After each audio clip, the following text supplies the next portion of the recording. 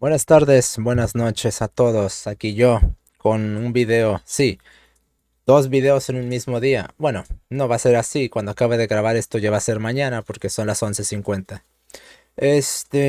Pero digamos, usted hágase loco. Dos videos en un día. Vaya, se va a acabar el mundo. Por eso no hay agua en Monterrey. Justo porque los dioses preconizaron este evento. Hace mucho tiempo dije, voy a hacer una serie de videos sobre conducta humana para que la gente pueda ayudarse a sí misma. El conductismo, a diferencia del parasitismo cognitivista, no versa sobre voy a solaparte tus sentimientos para que vengas a terapia durante 10 años y así me estés alimentando. El conductismo es vas a estudiar tu propia conducta, vas a convertirte en la persona que mejor se entienda a sí misma, es decir, te vas a convertir en un científico de tu propia conducta y vas a, con las herramientas que te voy a dar, repararla. Para muchos este enfoque suena muy cruel porque deja de lado los sentimientos, pero en una época eso no es esperarse ni es una sorpresa, en una época en los cuales la subjetividad entendida desde su blablismo psicologista y no desde su continuidad de sistemas. De hecho tengo un en vivo de 2 horas hablando sobre esto que se llama de la subjetividad.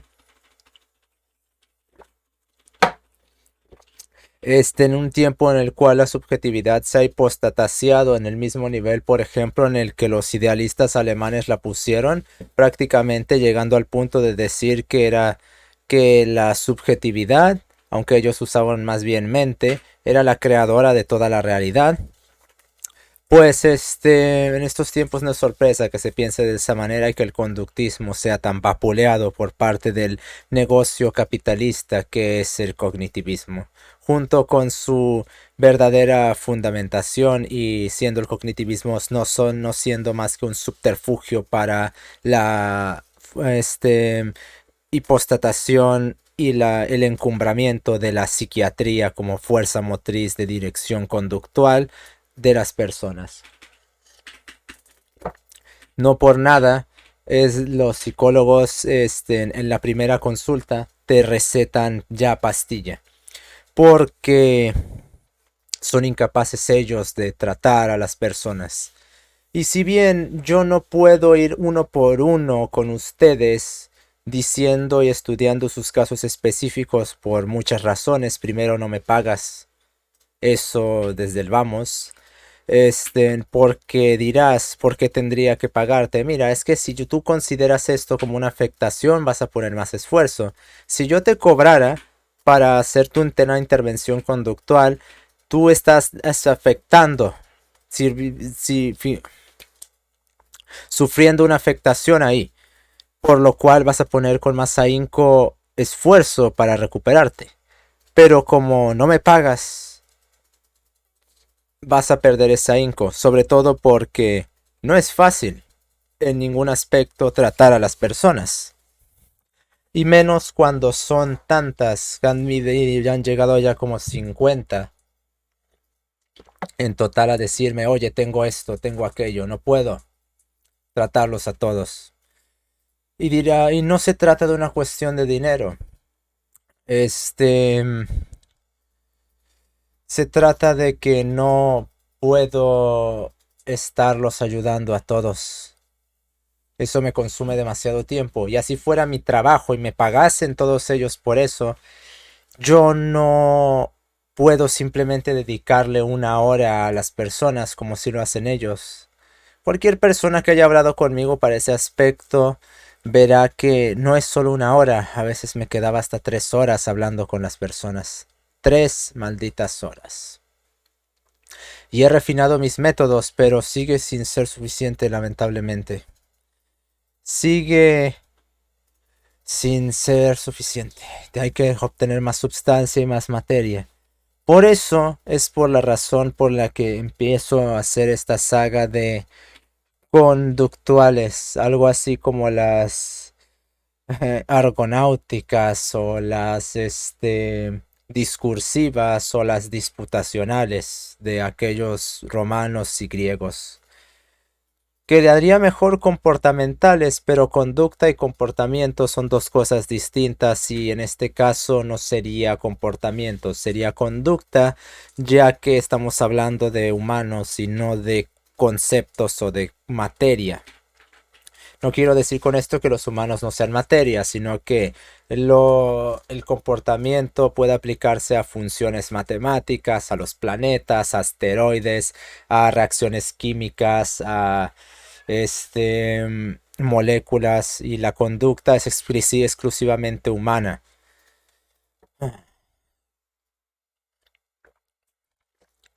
Y también animal por derivación, evidentemente.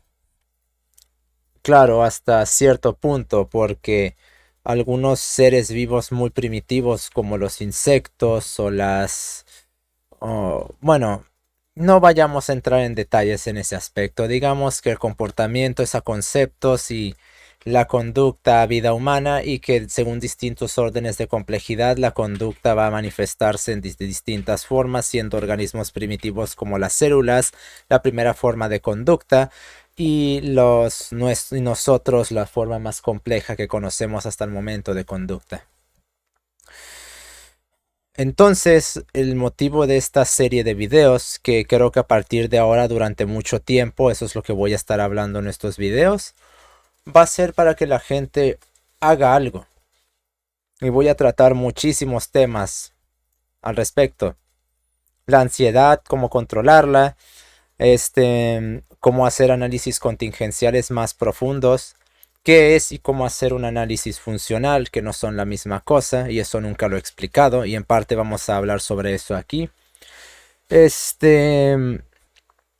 Cómo construirse un programa de reforzamiento, y quizás la más importante de todas, cómo maldita sea obligarse a vivir cuando no tienes otra opción más que eso. Toda esta serie de videos tiene como fundamento mejorar la calidad de vida de las personas, de mis seguidores, y sobre todo darles verdadera esperanza. Porque en estos tiempos la esperanza, marca registrada al lado, viene dada por los intelectuales, copyright, y siendo servida en las bandejas de la ciencia, en registro. Presented by Samsung. Claro que sí. De gente como Rusarín, Esquizofrenia Natural, Quetzal, Migala y toda esa caterva de pendejos que piensan que le dan esperanza a la gente. Lo único que hacen es quitársela. No por nada la izquierda está tan llena de trastornados conductuales, porque como su única esperanza es destruir toda la sociedad, pues entonces por eso hay tanta abundancia de trastornados conductuales ahí. Y a diferencia de ellos y su esperanza que le dan a las personas, yo de hecho quiero que se la construyan ustedes mismos. Y si tengo suficiente materia para eso, creo que es un deber moral el darles algo para que puedan construirse eso, algo superior a la basura psicologista que hay pululando por internet, y algo superior al sentimentalismo estulto que suele verterse en estas cuestiones. Bueno, fuera de ese leviatanesco, es leviatanesca introducción, y una disculpa si mi voz se encuentra un tanto veleidosa, estoy muy cansado. Estoy muy cansado. Esto es más café que leche, por Dios, y aún así no me levanta. Pues vamos a versar sobre la cuestión de la materia, y quizás no debería de estar haciendo cansado esto porque me van a faltar algunas cosas. Pero algo alguien podrá sacarle. Bien, dejando esto de lado, pasemos a la cuestión nuclear. El resentimiento y el rencor. Veo esta conducta en muchas personas y no me agrada ver eso, debido a que se envenena uno la existencia con ella. Verán, un ejemplo muy simple para ejemplificar qué es el rencor, el resentimiento en primer lugar, ese tipo tenerle un algo a alguien por habernos hecho una cosa en el presente o en el pasado, el futuro evidentemente no. Derivarían, por ejemplo, que un día estábamos en la escuela y una persona nos lanzó pintura mientras en el del segundo piso. Ahí nosotros estábamos abajo y tiró una lata de pintura a propósito. Y todas las personas empezaron a burlar de nosotros, incluyendo y descaradamente, sobre todo, la primera persona que lanzó la pintura. A partir de ahí, digamos que se creó una suerte de sentir contra esa persona debido a que luego nos enteramos que no se le hizo nada. E independientemente de si se le hubiera hecho algo o no, un castigo por ejemplo, nosotros de igual manera generamos ese sentir negativo hacia ellos, que puede manifestarse como un enojo, una impotencia y sobre todo y lo más importante, creo que una sensación, y esto es quizás lo que implicaría el resentimiento, una sensación de un acto no satisfecho en contra de alguien. ¿En qué sentido? En que como si alguien nos hizo algo y no interpretamos que ese algo que nos hizo haya recibido su merecido represalia, su merecido castigo, entonces nosotros nos quedamos con una mezcla de enojo, desprecio y sobre todo una sensación de injusticia relativa a que esa persona no recibió lo que interpretamos que hubiera merecido. Entonces, ese resentimiento que lo podríamos determinar como una sensación de justicia no cumplida contra alguien derivado de una acción interpretada de una forma afectiva y negativa hecha contra nosotros, empieza a generar en nosotros una constante de que esa persona tiene que recibir algo y tiene que recibir algo conforme a lo que nos hizo. Porque toda la acción implicada dentro del contexto implicó una fuerte afectación hacia nosotros y una fuerte implicación de ir y hacer algo contra él y también de impotencia porque o no supimos cómo actuar o simplemente no hicimos nada, lo cual lamentablemente a veces empieza a jugarnos en nuestra contra debido a que como yo no hice nada empiezo a atacarme a mí por no haber atacadolo a él. Entonces, esta progresiva construcción va creando esa sensación de justicia no retribuida y conforme pasa el tiempo y más cosas nos pasan, empezamos a correlacionar eso con otras acciones que van incrementando la intensidad de sensación de justicia. Es decir, supongamos que vamos caminando un día y de alguna manera nos salpican pintura, por poner un ejemplo, pocos días después de ese evento.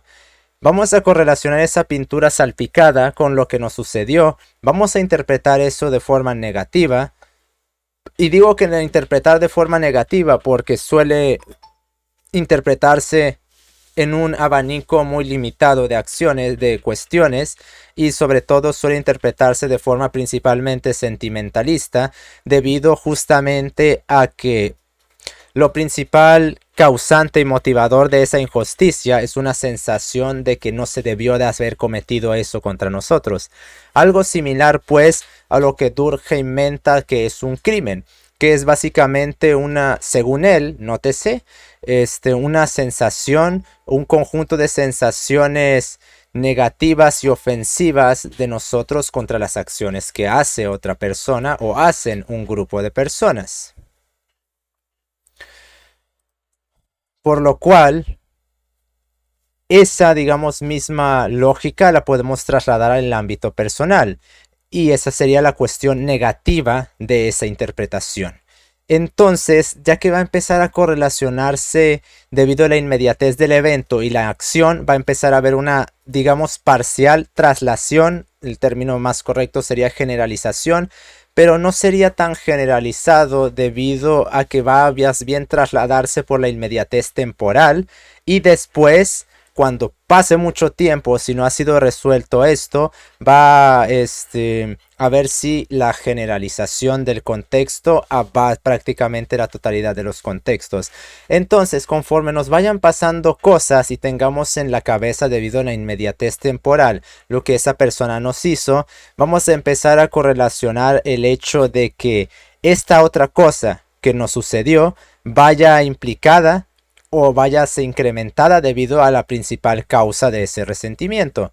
Y entonces, como el resentimiento implica una sensación de justicia, conforme vayase incrementando y correlacionando cada vez más la cantidad de cuestiones que vayamos correlacionando con la acción principal, lo que va a suceder es que la sensación de justicia va a incrementar. ¿En qué sentido? En que ya no va a ser suficiente que, por ejemplo, sea reprimido o que le tiremos nosotros una lata de pintura, que en la inmediatez del acto suele considerarse como justo la represalia igual. Es decir, me tiras una lata de pintura y te reíste, pues yo te tiro eso y también me río de ti junto con muchas personas. Pero entre más vayase correlacionando cosas negativas y se presente la correlación entre el acto principal y estos otros pequeños actos que presentan una relación, ya sea que tenga una relación directa o una relación interpretativa con el acto nuclear, esa sensación de justicia va a irse incrementando cada vez más. Es decir, ya no va a bastar una lata de pintura, van a tener que ser dos. Y ya no te se van a reír el grupo de personas que se rió de mí cuando estaba en la escuela, sino que va a necesitar dos grupos, después van a ser tres, después van a ser cinco, y así cada vez más va a ir incrementando e incrementando la sensación de justicia entre más correlaciones se establezcan con el acto nuclear y otras cuestiones que nos pueden pasar que directamente no tienen nada que ver con el acto nuclear, o simplemente estamos buscando un motivo para cada vez seguir alimentando más y más los pensamientos relativos a ese acto principal. Entonces, va a llegar un punto en el cual empiece a verdaderamente salirse de control el resentimiento y empieza a volverse en nuestra contra, ya que llega un punto en el cual no hay capacidad alguna de retribución y ya pensamos que ni siquiera pasándole todo lo malo del universo realmente vaya a tener una retribución justa. Es aquí cuando va a empezar a volverse en nuestra contra ese resentimiento. Y nótese una cosa aquí, el problema no es tanto que le sucedan a las personas algo, sino que queremos nosotros hacerles ese algo. ¿Por qué? Porque pensamos que va a ser muchísimo más justo y satisfactorio no que sea castigada después de que pase el tiempo, evidentemente, sino que la castiguemos nosotros, porque así a esa persona le haya ido de la peor forma posible en la vida, no vamos a interpretar eso como algo retributivo hacia un castigo, una justicia que no se consagró en su debido tiempo y el acto que el cual está sufriendo. Es decir, nosotros queremos tomar partido en hacer justicia porque vimos que no se hizo en ese momento en específico, no fue reprendida la persona, y a veces, y lamentablemente la mayoría de las veces, todo lo contrario. De hecho, hasta fue felicitada o fue vituperada, y lo peor de todo es que después nos echó en cara que no le hicieron nada. Esto entonces, como nosotros vamos a interpretar, estas figuras de autoridad debieron de tomar cartas en el asunto, no lo hicieron, se va a correlacionar esa autoridad con el sistema que regentan, y entonces diremos, lo voy a tener que hacer yo en ese caso.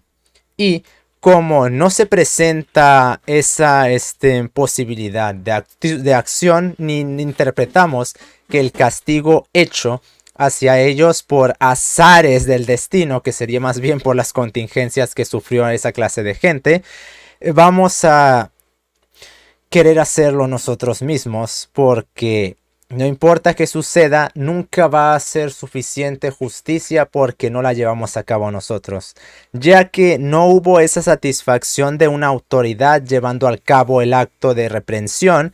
Entonces, sin importar qué le suceda a esa persona, nosotros simplemente, por ejemplo, que era muy feliz con su pareja y se le murió, pues, vamos a quizás sonreír y no se interprete esto de una forma sádica, evidentemente, es muy entendible si se pone a pensar uno un poco sobre esto. Muchas personas disfrutan del sufrimiento ajeno no porque sean sádicas, sino porque consideran ese sufrimiento como una parcial forma de retribución contra lo que esas personas les hicieron. No necesariamente porque sean sádicos. Ni incluso la gente que es sádica no es como si fuera a disfrutar el sufrimiento de cualquier persona. Eso es una terrible malinterpretación de dicha cuestión. Eso es tan ridículo como decir que el masoquista disfruta de ser denigrado por cualquiera. Eso no es necesariamente verdad. Pero bueno, eso es para su respectiva charla. Vamos a llamarlas así. Y sí, se hablará sobre esos dos sistemas conductuales. Pero en fin, dejando eso de lado, por esa clase de cosas la gente disfrutaría del sufrimiento de otros. Pero, como se dijo, la justicia como nos falló, la vamos a buscar hacer nosotros. Y así esa persona se le muera a todos los familiares, no va a ser satisfactorio para nosotros porque queremos ir y a tomar justicia por nuestra propia mano. Y el problema está en que conforme más tiempo pase y eso nos haya marcado de una forma más ponderante, tanto más vamos a querer hacerle a esa persona. Y va a llegar el punto en el cual así la matemos y la torturemos muchísimo antes, no se va a consagrar esa sensación de justicia porque ya habremos descontextualizado un punto ridículo. Lo que interpretamos en ese punto como justicia que le debe, como justicia, como algo que le debe de pasar debido a lo que nos hizo, que va a quedar una sensación de insatisfacción derivado justamente de toda la caterva de ideas que se fueron generando en los pensamientos, derivado de cada vez el aumento correlativo entre acciones inmediatas al parámetro, al pivote que desató todo el resentimiento, es decir, la acción nuclear, y la interpretación correlativa entre las acciones que por inmediatez se establecían como relativas al pivote y otras acciones que pueden bien, pueden o pueden no, y lo más probable es que no hayan estado relacionadas con esa acción y hayan simplemente correlacionadose como una especie de intento de cada vez ir queriendo alimentar más esa sensación de justicia que nunca se lleva a cabo. Este es el motivo por el cual muchas personas que bueno, no diría muchas, pero sí unas cuantas personas que han cometido el asesinato de otras personas debido a ese resentimiento que sentían, suelen tener unos sentimientos de culpa y remordimiento muy severos e intensos después de llevar a cabo esto, porque llegan a darse cuenta, y lamentablemente muy tarde, que sin importar qué le hubieran hecho a esa persona, ya directamente a ese punto era imposible restablecer la sensación de justicia que creían que debía de pasarles para así poder establecer que, bueno, ya recibiste lo que te merecías, pues. Porque pasó demasiado tiempo y constantemente la persona estaba rumiando e iterando en esa sensación de que habría que hacerle algo. Por lo que así se llegue a las máximas posibles, que sería la tortura y después el asesinato o el mero asesinato, ya a ese punto no iba a poderse hacer nada que retribuyese esa sensación de justicia incompleta o inconclusa.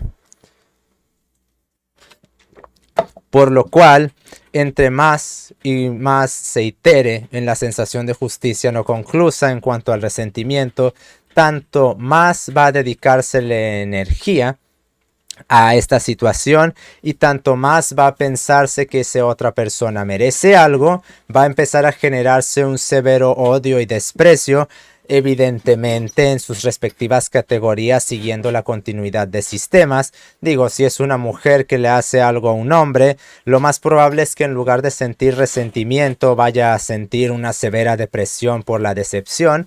Recuerden, las mujeres no son infieles, ellas traicionan. Debido a eso, los hombres suelen deprimirse en una decepción amorosa, como suele llamársele. Yo no usaría ese término, pero por el bien del utilitarismo, digámosle así. Más bien suele considerarse una, una formulación de dichas cuestiones cuando se trata de mujeres hacia hombres solo en casos extremadamente específicos, y sería más bien en un orden relacional más que un orden, digamos, especial.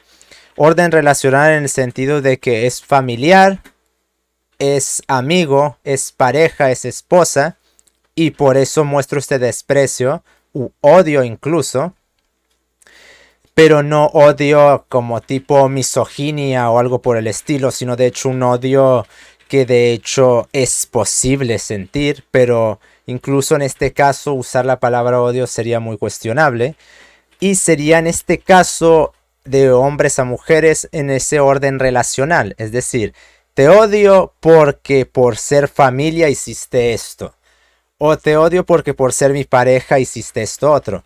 Las únicas que pueden manifestarte odio por ser mujer, primero y después por lo que me hiciste, son las propias mujeres.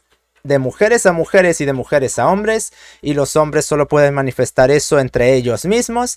Y contra las mujeres solo en un orden relacional primero y ninguna correlatividad por ser mujeres. Eso es biológicamente imposible. Así que nótese esto cuando se establezca dicha distinción.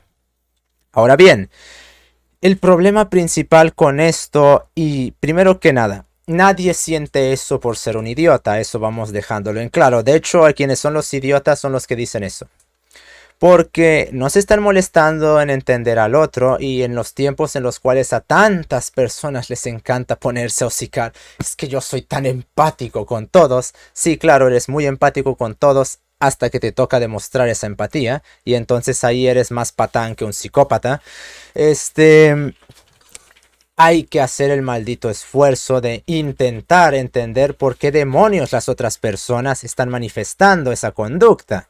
Primero que nada, está esa sensación de justicia no atribuida inmediatamente. Así hayan pasado 8 años, puede seguirse manifestando eso, porque esto va a tener una perpetuidad temporal según qué tan marcado haya sido la intensidad interpretativa o verdadera de dicho acto.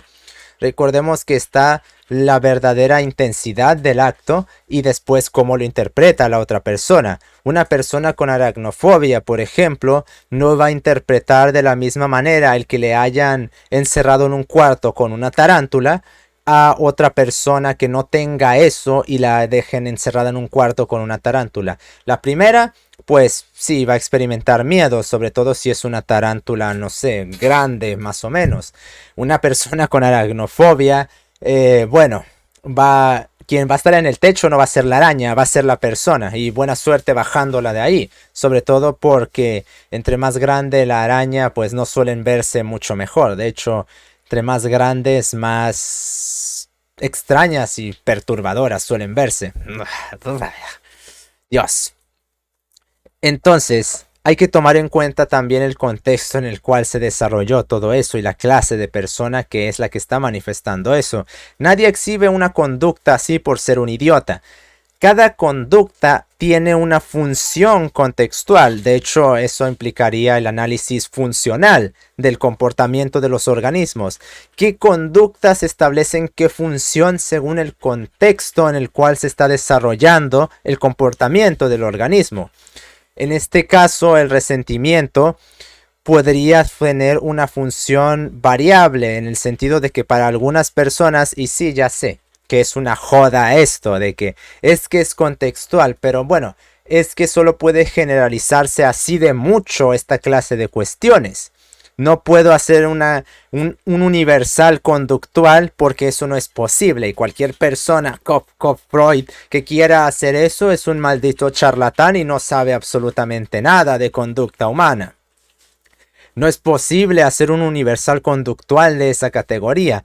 Donde sí es posible hacer universales conductuales es en los procesos conductuales, como por ejemplo los programas de reforzamiento, las fases de la habituación, la teoría del reforzamiento, esa clase de procesos conductuales, la teoría del gusto general, por decirle de alguna forma. Ahí es donde de hecho se podría hacer un universal conductual. Pero en este caso, como estamos ya tratando con directamente el proceso conductual final de los organismos, no es tan simple hacer una generalización, a pesar de que partimos de que la conducta, en este caso el resentimiento, de hecho tiene una delimitación, pero eso no es necesariamente el funcionamiento de la conducta, es una delimitación para darle cierto campo operativo, como podría hacerse con la depresión. Una cosa es la definición de una conducta y otra cosa el cómo se está manifestando. Yo puedo definir la depresión como la generalizada reducción de la tasa de respuestas de un organismo hacia cualquier contexto, y no obstante el cómo eso se está manifestando en el contexto en el cual está inscrito el organismo pueden ser de 50 millones de maneras distintas y pueden ser muchas más que esas. Una disculpa por tantos pinches mensajes que le están llegando a este güey. Pero en fin, creo que estoy más molesto yo que ustedes. Ustedes están... Bueno, no sé cómo estén, tampoco puedo verlos. Pero bueno, la idea esa de el universal conductual se entiende. No es posible hacer tal cosa. Al menos no todavía. Quizás en el futuro sí se pueda. Porque tal vez sí hay un patrón general universal que sigan todas las personas para todas las conductas. Pero hasta el momento eso es lo que se puede hacer. Por lo cual, el resentimiento en un contexto específico, en un organismo específico, puede tener una función. Por ejemplo, según la narrativa que se haya construido el organismo, el resentimiento puede mantener una función de, digamos, de perpetuación de un determinado estado de inferioridad constante. Si, por ejemplo, derivado de ese evento y de esa minimización que podría interpretarse en el tirarle la lata de pintura a la persona, se constantemente la persona vivió algo de esa categoría, entonces podría formar parte de una narrativa en la cual la persona piensa que merece eso porque fue reforzada las conductas relativas a una minimización constante, aunque al mismo tiempo estaría la sensación de resentimiento y de justicia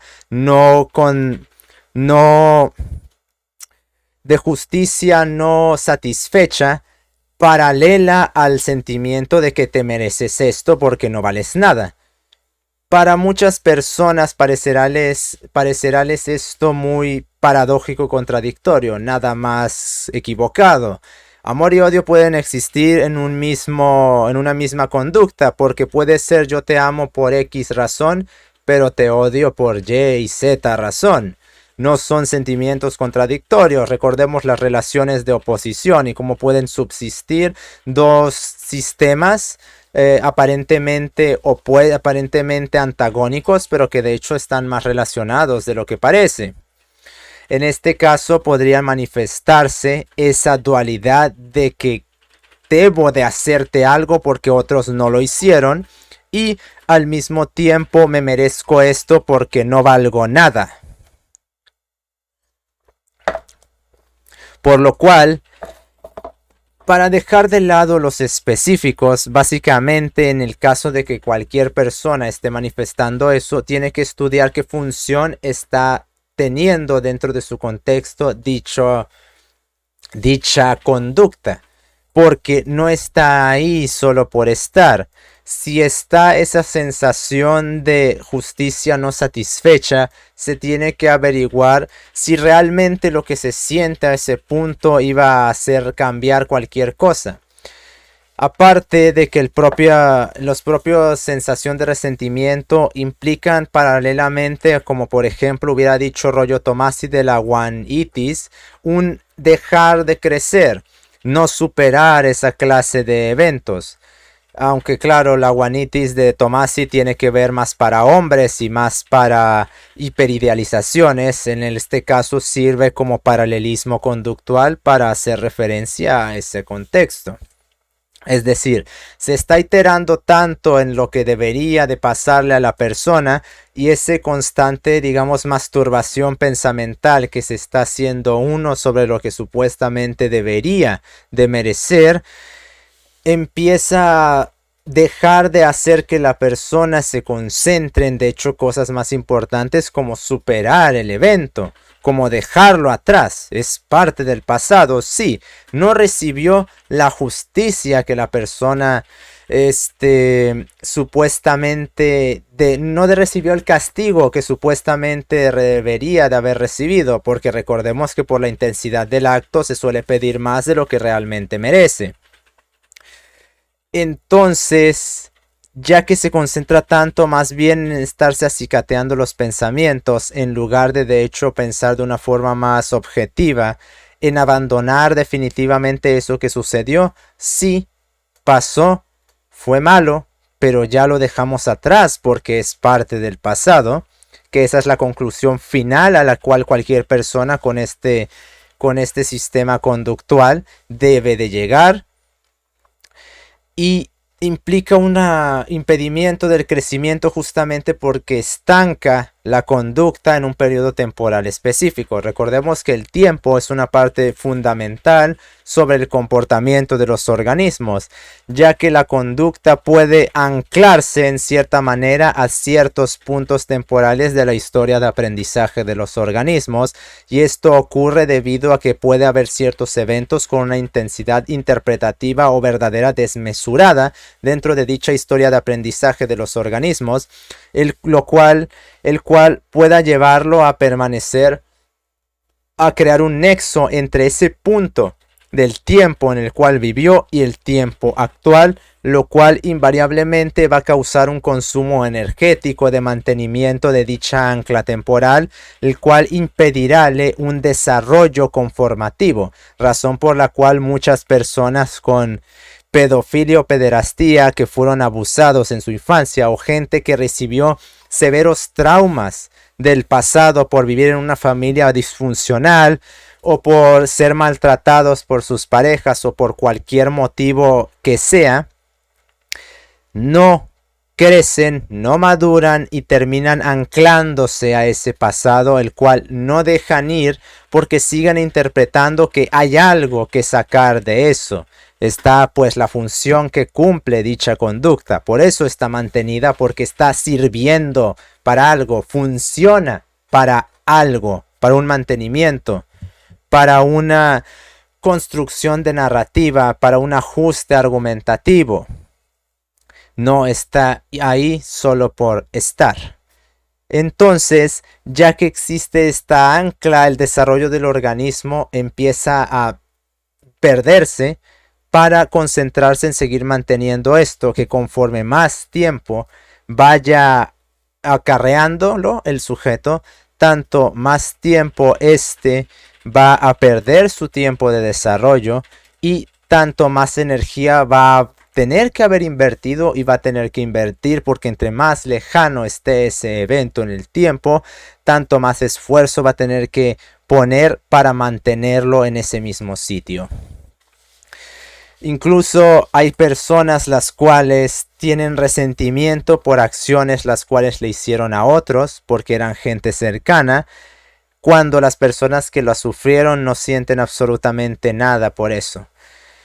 Para hacer las paces con el resentimiento, primero que nada se tiene que aceptar que a veces va a haber gente que no va a recibir castigo por sus acciones, al menos no castigo directo. Pero una persona que vive haciendo esa clase de cosas no va a ser una persona que vaya realmente a destacar en algo en su vida. Cualquier persona, y recordemos que hacer plata no es destacar en nada. Eso dejémoslo en claro, que si no los multimillonarios serían las mejores personas del mundo y suelen de hecho ser las peores personas, justamente por ser unos vanidosos narcisistas que se sienten la última maravilla pulida y tallada por los dioses mismos, porque uno no les basta, tienen que ser varios. Hacer dinero no es meritorio de ITC. Hacer dinero no es meritorio de grandeza. Puede estar correlacionado el hacer dinero y ser alguien grande. Digo, Einstein no tenía poco dinero, tampoco se tenía las cuentas como Jeff Bezos, evidentemente. Pero hacer plata no es tener éxito en la vida. Y no es ser grande, ni ser buena persona, ni mucho menos. Lamentablemente, en estos tiempos y lamentablemente en todos los tiempos, vámonos diciéndolo, gente que tira la pintura a la cabeza de otros suele ser la que termina teniendo mucho dinero y mucho éxito en la vida.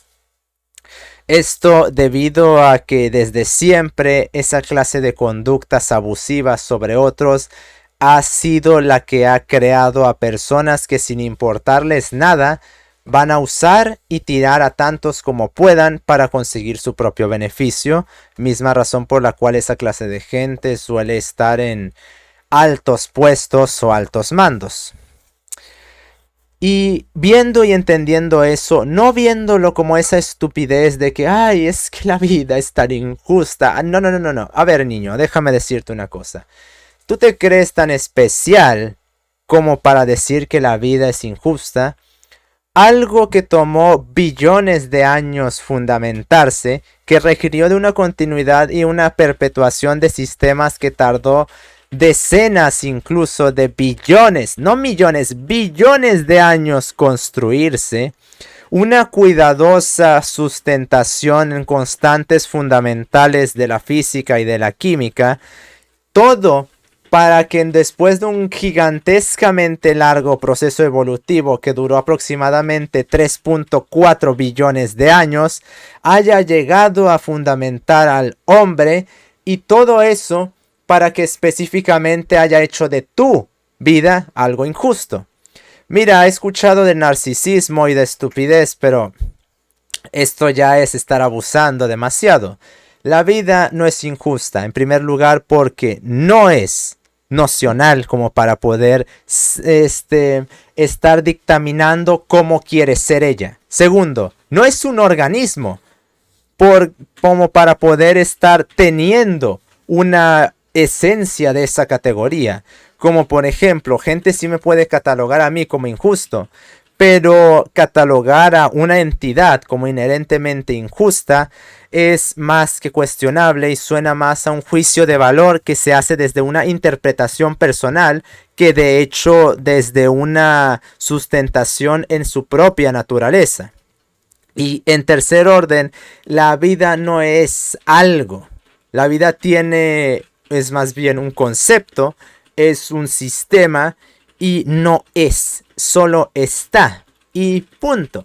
La vida no tiene capacidad nocional como para ser, la vida está, la vida es un proceso, te puede gustar o no, eso ya será cuestión de qué tanto quieres ponerte a quejarte sobre ella, pero no me vengas a mí a querer decir que la vida es injusta. Eso es tan ridículo como decir el tiempo resolverá todo. Ah, bueno, no sabía que el tiempo le salían manos y empezaba a reparar las cosas. Podrá sonar como una estupidez esto último que acabo de decir, pero debido a que gente realmente cree en esta clase de ideas, se mueven a victimizarse o a no hacer nada, respectivamente en cada uno de los casos. Como el tiempo resuelve todo, ¿por qué yo voy a moverme a hacer algo? Como la vida es injusta, voy a proceder a victimizarme en lugar de madurar y en lugar de crecer como persona. ya casi llevamos 1 hora, pero todavía hay sustancia para continuar esto. Entonces, habiendo dicho esa clase de cosas, para superar el resentimiento hacia otros, que antes de hablar de eso vamos a hablar de otra cosa, el resentimiento que deriva hacia uno mismo. Cuando llega un punto en el cual se ha iterado lo suficiente en ese resentimiento, empieza a causarse una especie de resentimiento contra uno mismo, en el sentido de que empieza a haber una suerte de desprecio hacia uno mismo por no haber actuado como debimos de haber actuado en ese contexto.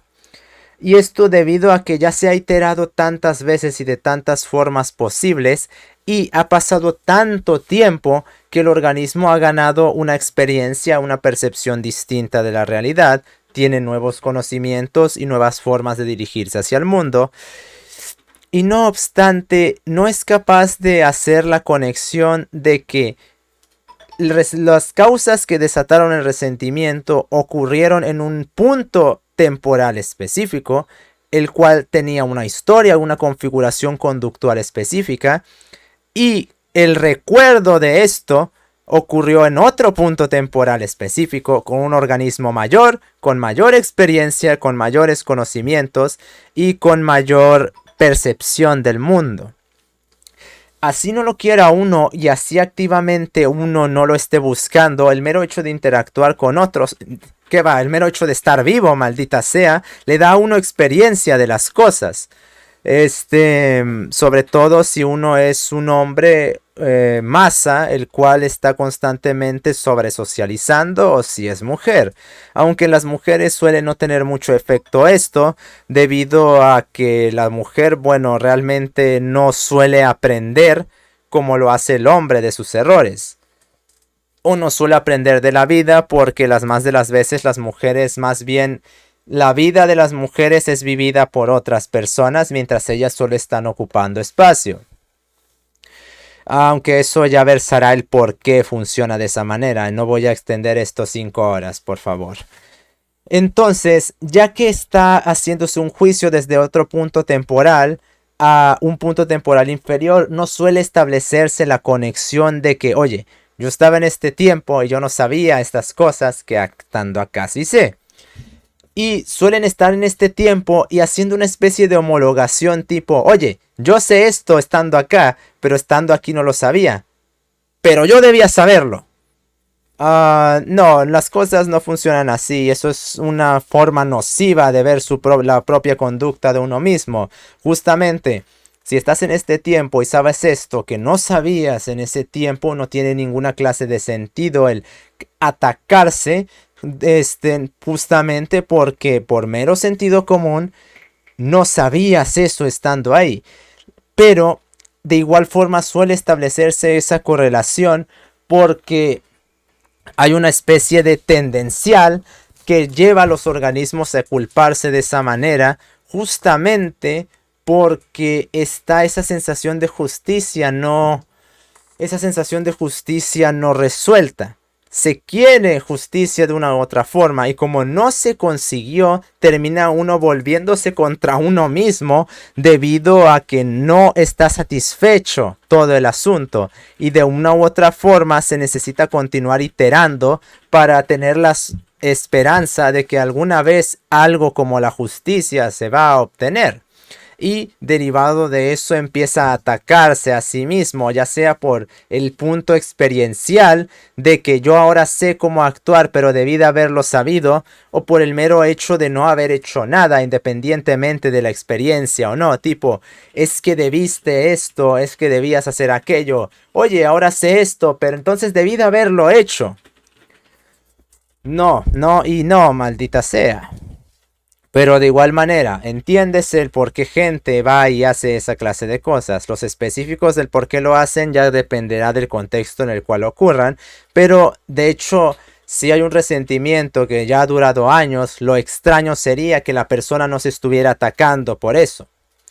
No lo normal. Lo normal De hecho, es justamente esperar esa conducta y es totalmente entendible si se pone uno a pensar lo suficiente y se intenta poner en los zapatos de esas personas. No ponerse demasiado en sus zapatos, ya que igual puede uno secuestrar su sentir. Y eso podrá parecer una tontería, pero después vamos a versar en cómo de hecho intentar ponerte demasiado en los zapatos de otro puede de hecho hacer digamos que sientas culpa por la culpa, hacerte sentir la culpa de otra persona. Por extraño que parezca, eso es posible que suceda. Pero dejando eso de lado.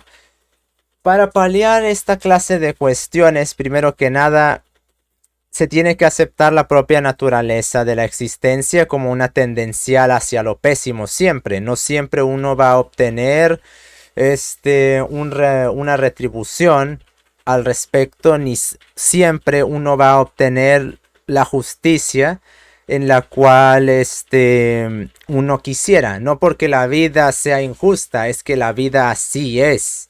Y de hecho ni siquiera es. La vida está y está de esa forma. Ya es cuestión de uno pensar si quiere aceptar eso o no, pero no aceptarlo es pelear contra el vacío, ya que no vas a cambiarlo. Una persona, bueno, de hecho una persona sí puede cambiar el mundo.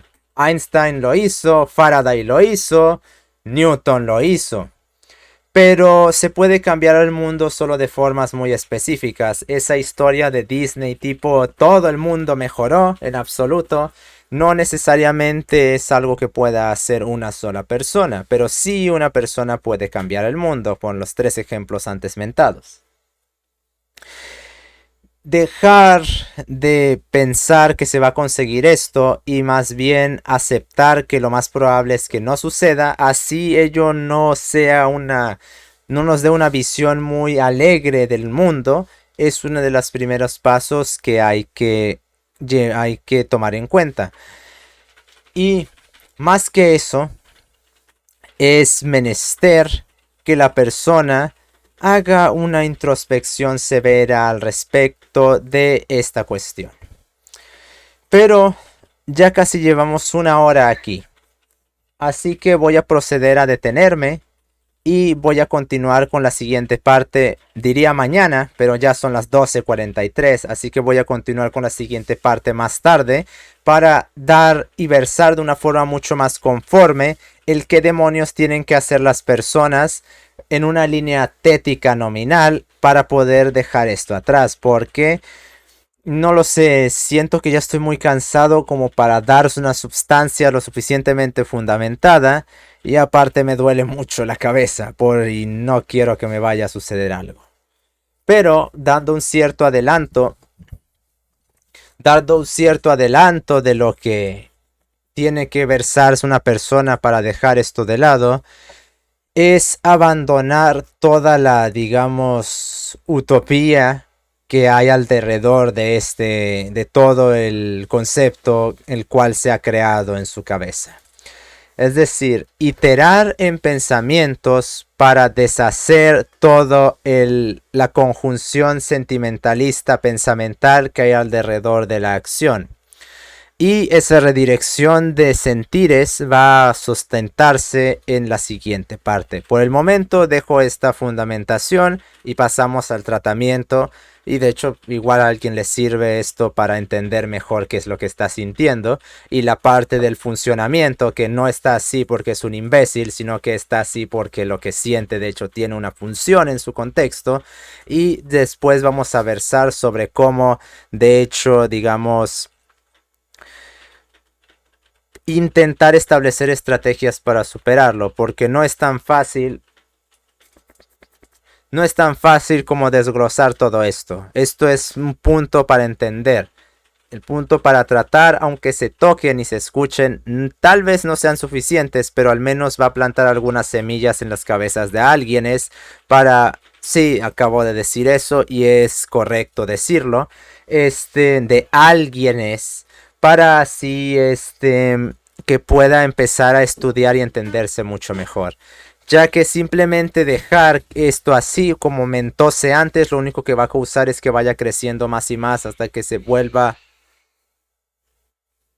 hasta que se vuelva taxativamente imposible de tratar y se lleve a hacer al sujeto locuras o al directamente suicidarse por la incapacidad que esto le creó en su existencia. Y no es algo para tomarse a la ligera, sobre todo.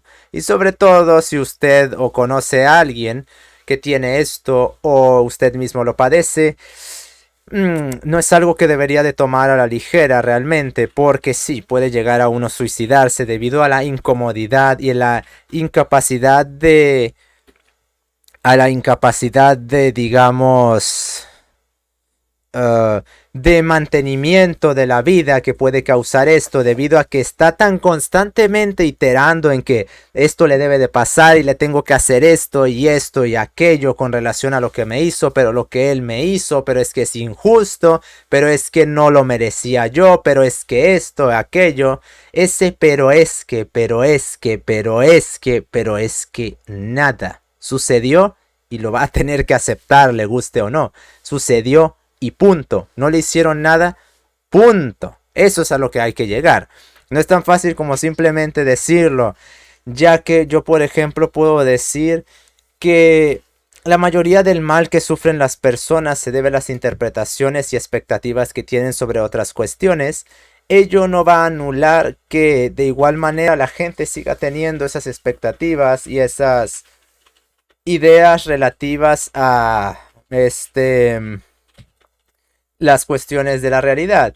No es tan fácil decir esto y decirte, pues bueno, solo que no te importe, y no sería cuestión de importancia, sería sino más bien pensarlas de forma racional y fría, casi hasta de una indiferencia peligrosa. Nominalmente peligrosa, vamos a decirlo. Pero es que no está tan fácil introducir a las personas a ver las cosas de esa manera, diciéndoselas y que después las personas vayan y lo repliquen, justamente porque hay que hacer todo un proceso de educación y de control estimulacional que no mucha gente está dispuesta a hacer.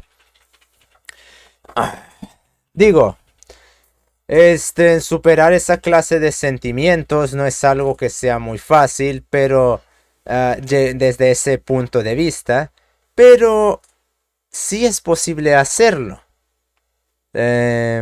Solo que no es fácil, es digamos tomar la vía estoica que es con relación a la vida, al menos en ese aspecto, porque tomar una total es muy difícil, por no decir imposible. Pero no es algo que se deba de tomar a la ligera para nadie. Y sobre todo no es algo que se pueda descartar a la ligera, tipo, todavía sigues con eso, ya déjalo. Y así simplemente hacerle esto a la persona, vete al infierno. Eso no es respetarla ni tenerle el lugar que merece esa acción. Tampoco estoy diciendo un respeto de forma conformativa. Ya estoy diciendo, ya estoy cansado, pero bueno, ya casi, un momento más y ahorita me largo, maldita sea. No se trata de simplemente... No, no se trata de descartar a la gente de esa forma, porque si se supone que las personas nos importan, hay que tomarse el tiempo de tomarlas en serio en cuanto a sus cuestiones. Que lo más probable es que la mayoría de ellas sean puras estupideces. Tal vez. Pero... ¿y si no? Y lo estamos descartando simplemente porque nos parece que son estupideces. Es ahí en la cual uno tiene que pensar la situación y decidir si yo tengo este nexo con esta persona. Entonces yo tengo una deontología hacia ese nexo. Y como yo tengo una deontología hacia ese nexo, es decir, yo tengo un deber hacia ese nexo, eso implica una operatividad y una forma de dirección hacia esa persona. Por lo cual, si yo tengo un deber de dirección hacia esa persona, no quiere decir entonces que yo puedo ir como un imbécil y tratarlo como si fuera basura, justamente porque yo tengo ese deber. A las personas hay que tomarlas en serio en estas cuestiones, porque no ha sido solo una persona que ha hecho una locura debido a que la gente no las toma en serio y piensa que sus problemas son una estupidez que es de tan descartable como el resultado del partido de béisbol de la mañana. Tienen que dársele su lugar específico.